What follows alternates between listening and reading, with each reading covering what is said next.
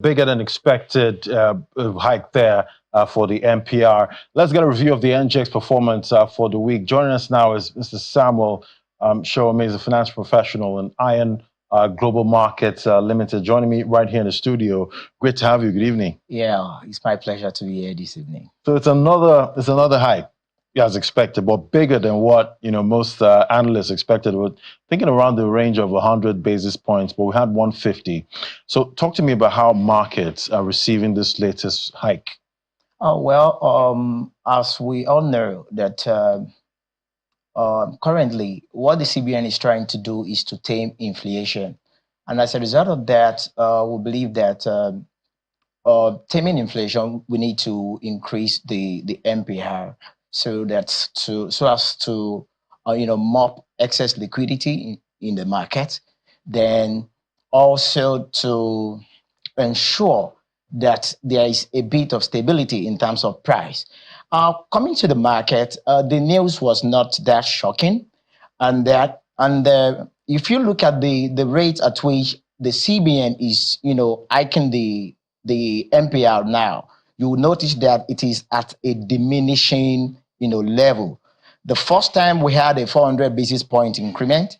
The second time we had 200. Now we have 150 basis point. That speaks volume to the fact that CBN is watchful of what the effect of this hike is having on the market, is having in terms of investment, in terms of cost of borrowing, and in terms of productivity. You and I know that the more interest rate continues to go up, the more it becomes disincentive to borrower. And once borrower are beginning to lose interest in borrowing new fund for the purpose of expansion, technically what we are doing is that we are contracting productivity. And then who are going to bear the brunt? It is you and I, the final consumer.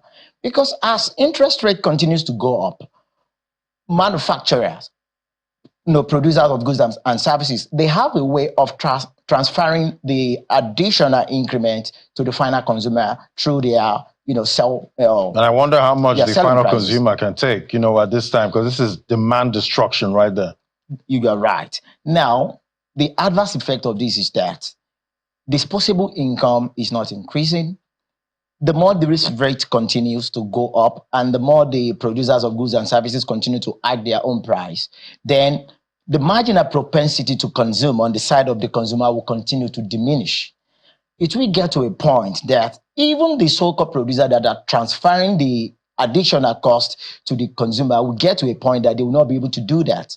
And once that starts to set in, what we will be heading towards is that we will begin to see producers, manufacturing, laying off staff because they have to find a way of meeting their own variable cost and fixed cost. So I think to a very large extent, the government needs to be careful with the way we are going. Fine, we could see that inflation is rising, but we could look at alternative way of managing it because we have to be, conscious of not disrupting demand. Right, and talking about demand, we got that the GDP data for the first quarter of 2024. That was yesterday. Yeah. And looking at the numbers there, 2.98%.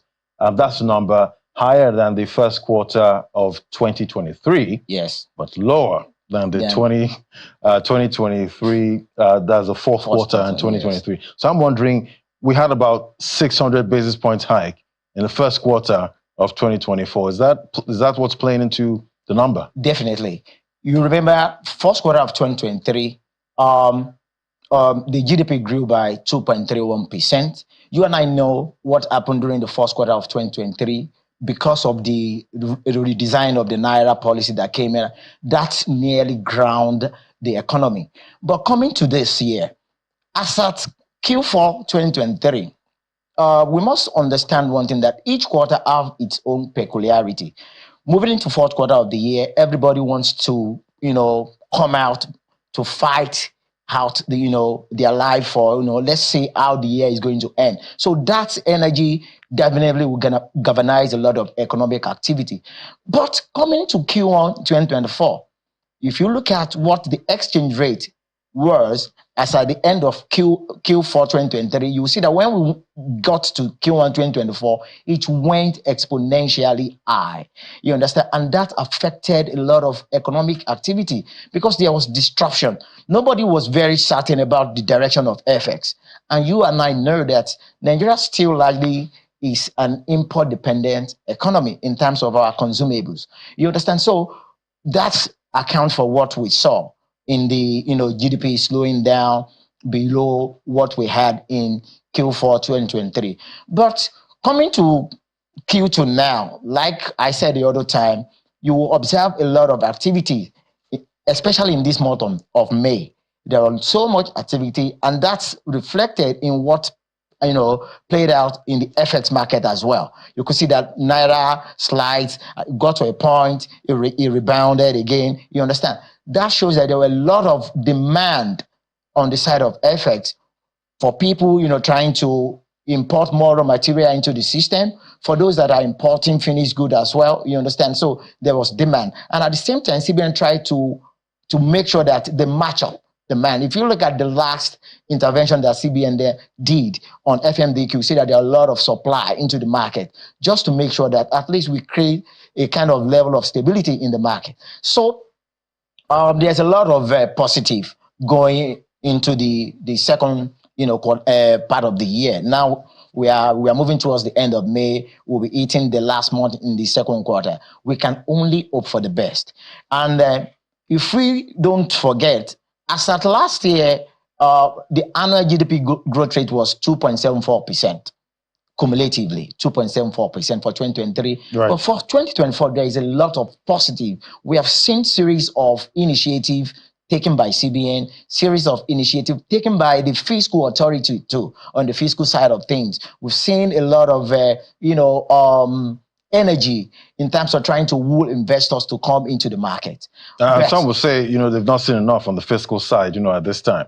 Well, it's a gradual thing. It's a gradual thing. We shouldn't forget the fact that this is by May 29, we'll be marking the 1 year, of administration of this new administration. It takes a time, especially in an economy where you are just trying to now reshape your economy into a more data-driven economy. You understand?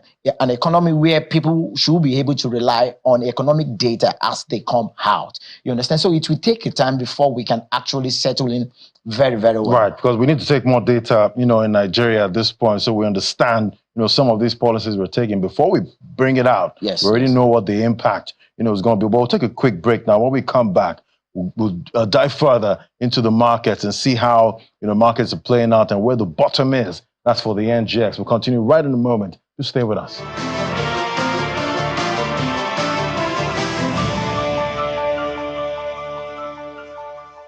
Welcome back. Well, let's get back to the markets now. We see it's another negative week for the NGX this week, and we see the banking counter again was down. If you look at the sectoral performance right there, and we've seen the banking counters contributed continually to the downtrend we see on the NGX. Yes, another big 7.35% drop. And it's financial services again that's down for this week, with insurance following with a 3.50% drop. But consumer goods, industrial goods, and oil and gas were the winners for this week. All right, I still have with me Mr. Showemi Samuel Sholanke, finance professional, IM Global Markets Limited, still with me in the studio. Thank you for staying on. Yeah, it's good to be here. Yeah, talking about the NGX at this point, we're seeing this downtrend continue with that sectoral performance. Now we see the banking counter, another big drop, 7%. And I'm wondering, where's the bottom? Because I know it started, that's the banking index, started at over 1,000 points. I think it's tethering around 700 to 600 at this point. Where do you see the bottom? Oh, well, what we are seeing with the banking sector is not surprising. It's just a reaction from the market due to the movement in interest rates. You understand? So because we all know that investors are rational, they want to position where they're going to get the highest return on their investment. And we shouldn't forget the fact that coming from last year to this year, this set of banking, companies, they have rallied so high. A lot of them have done up to 300, 400. return on investment. Now that interest rate is rising like this, fixed income, Because risk rising free, interest rates, that's good for the banks. it works in two ways. Now, for portfolio manager who are in charge of people's investment in them, who have invested in banking equities, definitely this is the right time for them to exit and position in a risk-free instrument. These days, CBN is issuing out treasury bill at a very good rate. The last one they did was 26.2. You understand? That was last week, Thursday. You understand? It is quite interesting. It's very, very attractive. Definitely, common sense demands that portfolio managers will exit equity and go and position in fixed income. So, for the Nigerian economy, it is not a bad omen at all. It is just a movement from one asset class to another asset class. The money is not leaving our economy. It's still within the economy. When the time for rally starts, definitely, by the time they enjoy their investment in fixed income, by the time some of these investments are maturing, they are going to move the cash again into equity. By that time, equity would have been reaching the bottom level, the support level. Don't forget, every asset, regardless of how high you go, there will always be a point of resistance and a point of support. What we are saying now is more of correction. People are taking investment decisions that are suitable to them, looking at the trend in the market. Nobody wants to be caught off guard. You understand? You see that there is an asset class that can give you higher return. Why do you have to keep locking on, where you have already, accrued up to 200, 300. If you exit at about 150, you are not losing. Then go and position where you can now double it again. But looking at at the banks at this time, I know some investors be wondering, where can I start, naira cost averaging or dollar cost averaging, at this time. But where do you think should be the sweet spot, for this banking counter? Where you say, okay, this is where I should start getting back in. If I may tell you, some of the stock now, they are moving towards their fair value. If you sit down as an analyst and you do a kind of valuation, you would know that truly what we are seeing now is almost the fair value of these stocks. Truly, you understand? So if we get to that point, then the supply side of equity would dry off. Then the demand will begin to pile up again. You understand? So it's a normal thing in the market. Market is information driven. Immediately CBN announced interest rate hike, definitely responses will come from the market, especially for big portfolio managers to position, rebalance your portfolio so that you can gain the highest in terms of return on portfolio to your investors. Right. I'm talking about rebalancing portfolios at this time. We see the SEC approved International Brewery's 161 billion share right issue worth about 588 billion. How do you think investors should position for this rights issue season, at this time? Because we know the banks are also going to, have to get out some more shares. Definitely. Well, in terms of Nigerian breweries is more or less a legacy company. You understand? This is a company that has been there over 50, 60 years in Nigeria. You understand? And it is a company that has very good track record in terms of dividend payout.